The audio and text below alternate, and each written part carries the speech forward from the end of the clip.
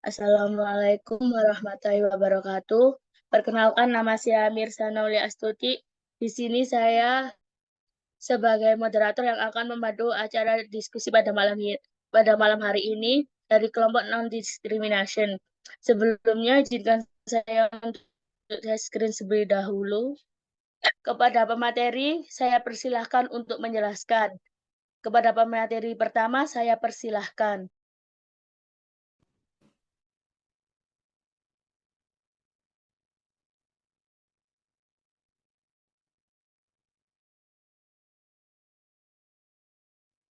Baik, terima kasih untuk moderator.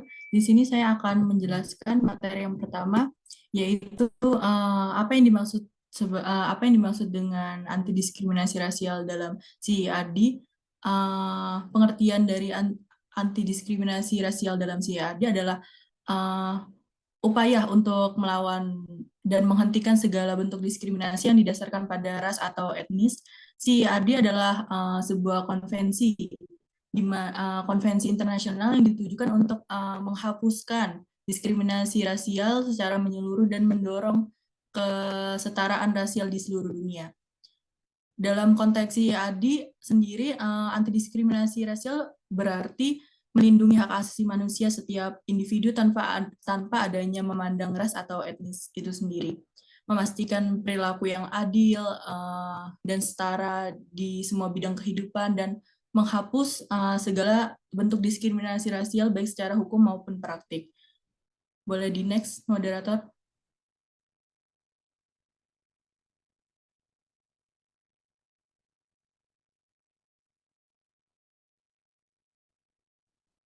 Baik, di sini ada prinsip-prinsip anti diskriminasi rasial dalam CIRD. Yang pertama yaitu non-diskriminasi, di mana prinsip ini menyatakan bahwa setiap individu memiliki hak untuk mengalami diskriminasi berdasarkan warna kulit, ras, keturunan, asal-usul, dan sebagainya. Di mana negara-negara yang meratifikasi CIRD diwajibkan untuk melarang atau mencegah segala bentuk diskriminasi rasial dalam hukum dan praktiknya. Yang kedua yaitu kesetaraan di hadapan hukum, di mana prinsip ini menekankan pentingnya kesetaraan di hadapan hukum, di mana setiap individu memiliki hak untuk perlindungan hukum yang sama, akses ke peradilan yang adil, dan penegakan hukum yang efektif terhadap pelanggaran diskriminasi rasial. Yang terakhir yaitu perlindungan dan penghormatan hak asasi manusia, di mana CIRD menegaskan pentingnya perlindungan dan penghormatan terhadap hak asasi manusia semua individu tanpa adanya memandang ras atau etnis itu sendiri. Boleh next, moderator?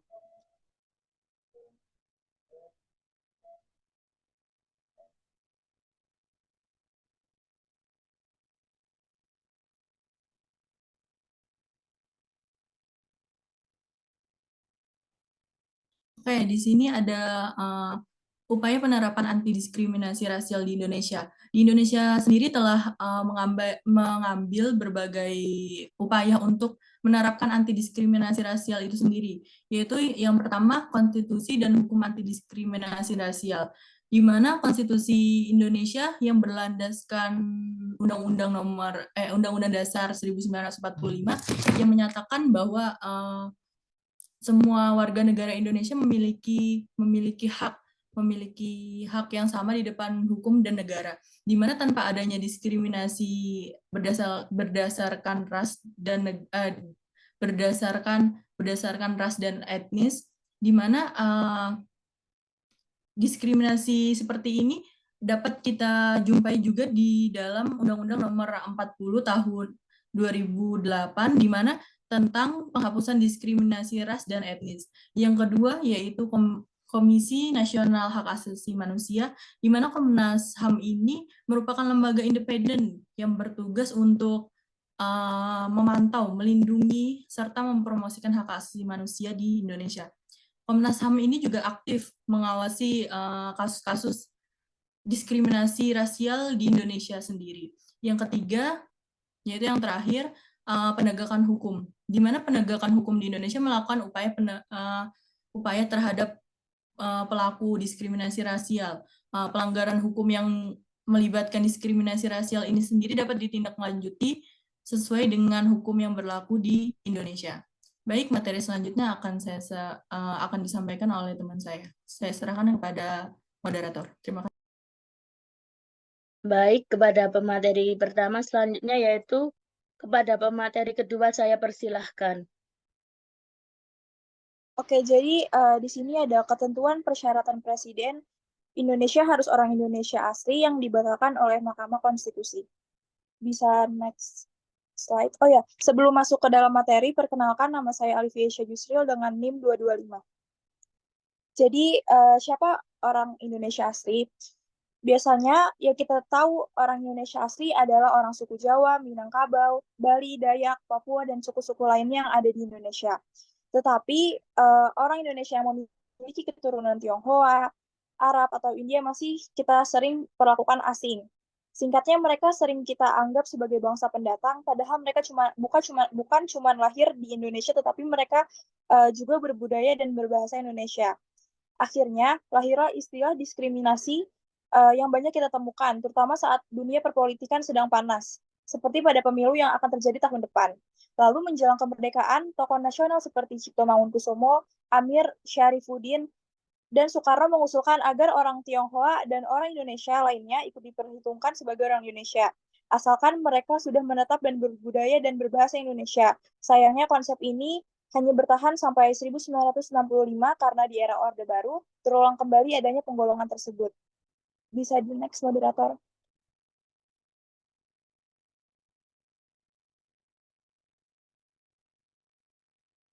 Setelah di amandemen ketiga UUD 1945, pada 9 November tahun 2001, penafsiran terhadap orang Indonesia asli diubah dengan ketentuan pasal 6 ayat 1 dan ayat 2. Hasil amandemen yang menyatakan bahwa syarat presiden ialah yang pertama, presiden harus seorang warga negara sejak kelahirannya dan tidak pernah menerima kewarganegaraan lain karena kehendaknya sendiri dan tidak pernah mengkhianati negara, serta mampu secara rohani dan jasmani untuk melaksanakan tugas sebagai presiden. Selanjutnya, syarat-syarat untuk menjadi presiden dan wakil presiden diatur lanjut di undang-undang. Bisa next, moderator.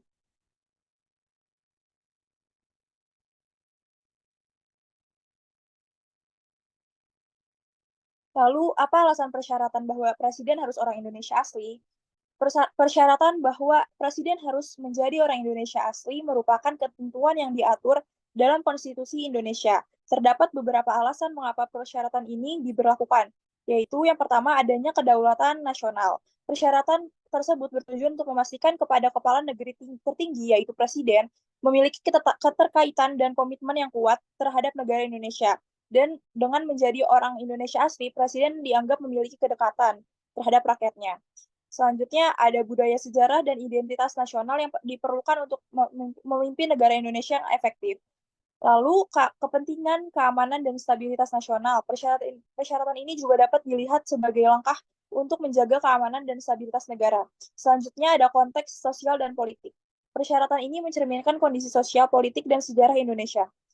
Bisa next, moderator.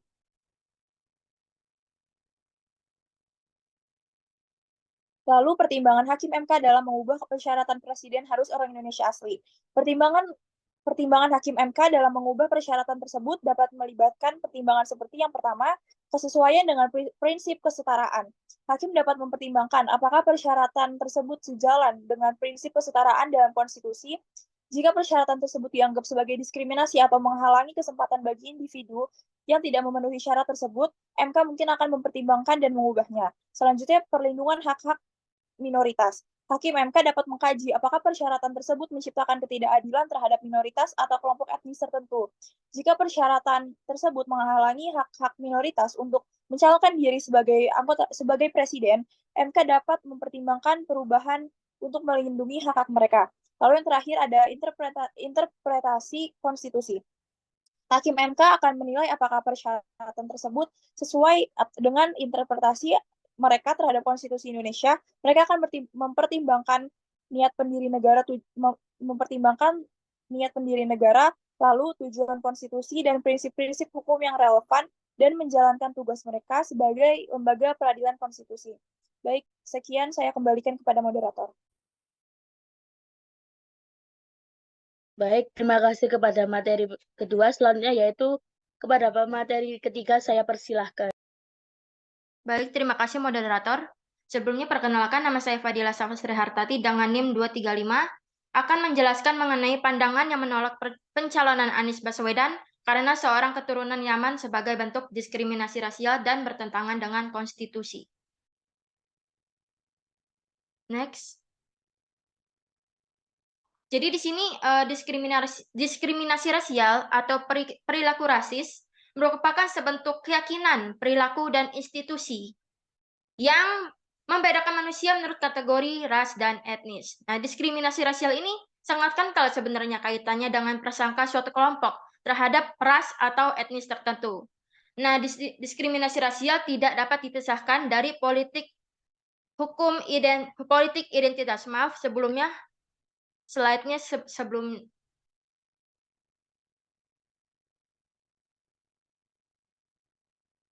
Baik, saya lanjutkan.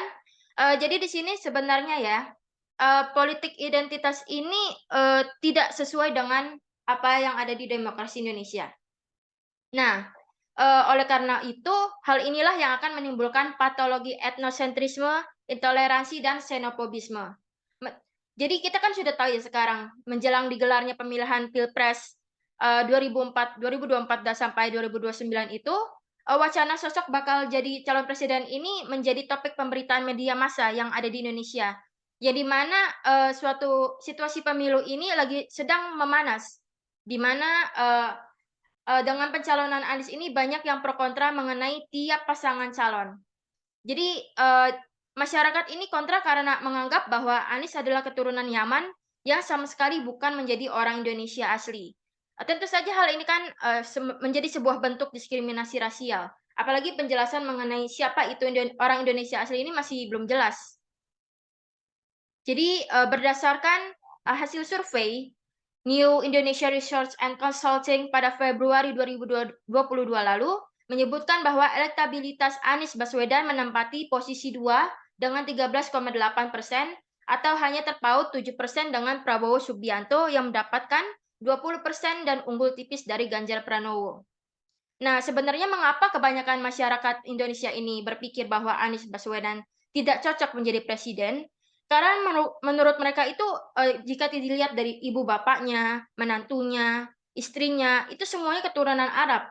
Jadi jika dilihat dari merepresentasikan orang Indonesia, dirasa itu sangat kurang. Jadi jika berbicara mengenai politik identitas, Anies Baswedan sebegitu luas pergaulannya, tetapi lingkarannya tetap ada di keturunan Arab Indonesia. Bisa di next?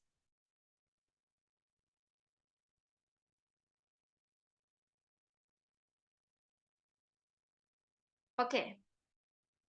Jadi bisa kita lihat pada pasal 169 Undang-Undang Pemilu Nomor 7 Tahun 2017 pada pasal 1, 2, 3, dan 4. Nah, pada pasal maksud saya pada angka 1, 2, 3, dan 4.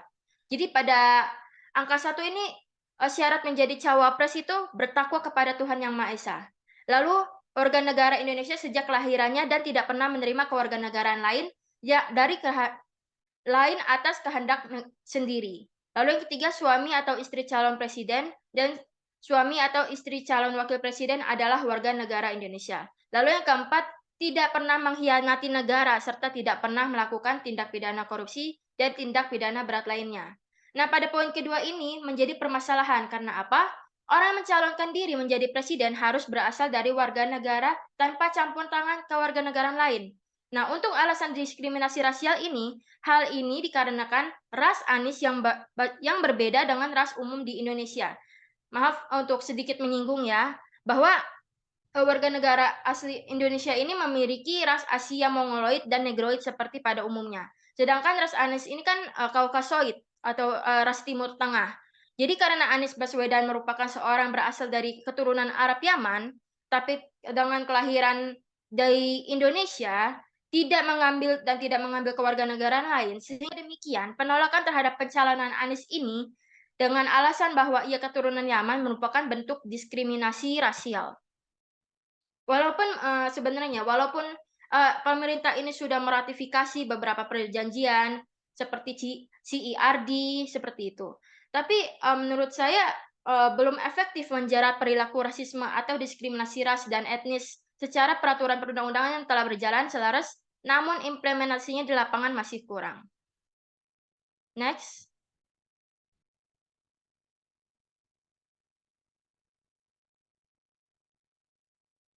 Nah, yang terakhir ini mengenai apakah Anies Baswedan berhak dan bisa mencalonkan diri jadi presiden? Tentu saja bisa. Kenapa? Yang pertama, alasannya pertama yaitu memenuhi syarat menjadi calon presiden, seperti yang saya sebutkan sebelumnya. Lalu yang kedua, konstitusi negara ini melindungi warga negara dari diskriminasi rasial. Lalu yang ketiga, pencalonan dilihat dari track record, bukan ras. Jadi sebenarnya Indonesia ini masih sensitif ya mengenai sangkut paut mengenai suku, agama, ras, dan antar golongan. Jadi Indonesia itu harusnya belajar untuk menghargai perbedaan sehingga sensitivitas ini bisa kita hadapi dengan permasalahan SARA ini. Jadi setiap warga negara memang berhak untuk memilih calon favoritnya, tetapi perlu diingat bahwa yang menjadi patokan untuk memilih presiden adalah dengan melihat track record-nya, melihat hasil kerjanya selama ia menjabat, bukan dilihat dari ras atau keturunan mana ia berasal.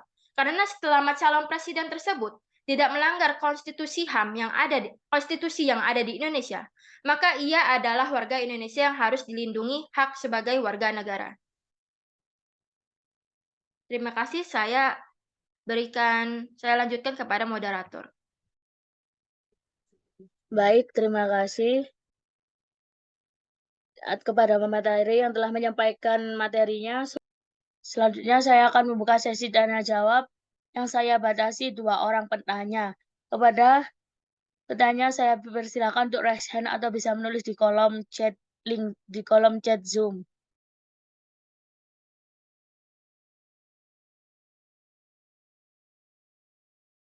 Baik, sudah ada 2 penanya. Kepada penanya pertama yaitu Konia Deva, saya persilahkan. Baik, terima kasih moderator. Saya ingin bertanya. Tadi kan udah dijelaskan mengenai orang Indonesia asli. Kenapa sih orang Indonesia asli tidak ada jika datang dari Yunan dan Indochina? Kenapa di Indo banyak sukunya? Mungkin dari saya itu. Kepada para pemateri bisa langsung jawab apa ditampung terlebih dahulu? Ditampung terlebih dahulu, moderator. Baik, terima kasih. Selanjutnya yaitu kepada penanya kedua, Queen Sareta, saya persilahkan. Baik, terima kasih moderator. Jadi, apakah CERD sudah benar-benar efektif di Indonesia? Karena tidak dari penerapannya, di Indonesia sendiri masih kurang. Terima kasih. Baik, terima kasih. Selanjutnya yaitu kepada para pemateri, saya persilakan untuk menjawab pertanyaan dari para penanya. Oke, saya akan menjawab tadi pertanyaan dari Konia ya, yang mengenai bangsa Indonesia asli. Iya. Jadi gini, seperti yang tadi sudah dijelaskan oleh teman saya, Alivia Isya Jusril, frasa bangsa Indonesia asli ini sebenarnya masih rancu ya. Karena kita tuh tidak tahu apa itu bangsa Indonesia asli, arti dari bangsa Indonesia asli. Bangsa Indonesia asli itu tidak ada. Kenapa? Karena pada awalnya bangsa Veda dan bangsa Yunan itu, jika dilihat dari sejarah, mereka datang ke Indonesia. Nah, kenapa bangsa Indonesia ini banyak sekali suku-sukunya? Karena manusia itu berevolusi, yang dimana dari satu kelompok membentuk kelompok-kelompok lain dan pindah hidup secara nomaden dan beradaptasi dengan daerahnya masing-masing, sehingga membuat budaya baru, kultur baru, dan lain-lain, sehingga berbeda-beda dari suku yang satu dengan suku lain. Tapi pada intinya nenek moyangnya itu sama, seperti itu. Apakah ada feedback, Konia? Mungkin cukup dari saya. Terima kasih. Baik, terima kasih.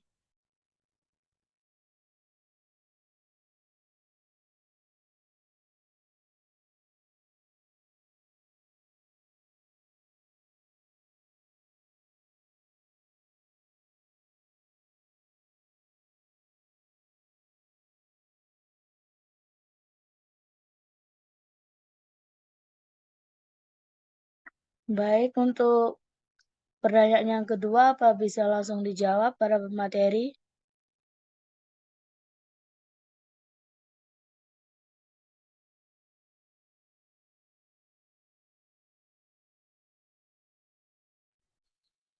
Baik, terima kasih moderator. Di sini saya akan menjawab pertanyaan dari siapa tadi? Mbak Queen ya. Apa sudah efektif belum CER di dalam maaf di Indonesia? Menurut kelompok kita sih belum ya. Kenapa? Karena penegakan hak asasi manusia di Indonesia juga belum apa ya, belum bagus gitu ya. Kenapa? Karena dilihat dari data sebelumnya itu masih banyak diskriminasi rasial di Indonesia. Baik, itu saja dari saya. Gimana, Mbak Queen? Mungkin cukup dari saya. Bahkan boleh Mas, moderator. Izin menambahkan moderator. Jadi apakah CERD ini penerapannya sudah efektif? Menurut kelompok kita yaitu belum. Karena apa? Jika dilihat dari daerah Yogyakarta contohnya, bahwa di sini nih diskriminasi rasialnya sangat kuat karena orang keturunan Cina tidak boleh memiliki tanah atau membeli tanah di daerah kerajaan Yogyakarta. Seperti itu contohnya. Terima kasih. Baik, terima kasih. Acara diskusi pada malam hari ini sudah selesai. Saya, Mirsa Naulia Astuti, sebagai moderator, meminta maaf apabila ada salah kata dalam memimpin acara diskusi. Saya akhiri. Assalamualaikum warahmatullahi wabarakatuh.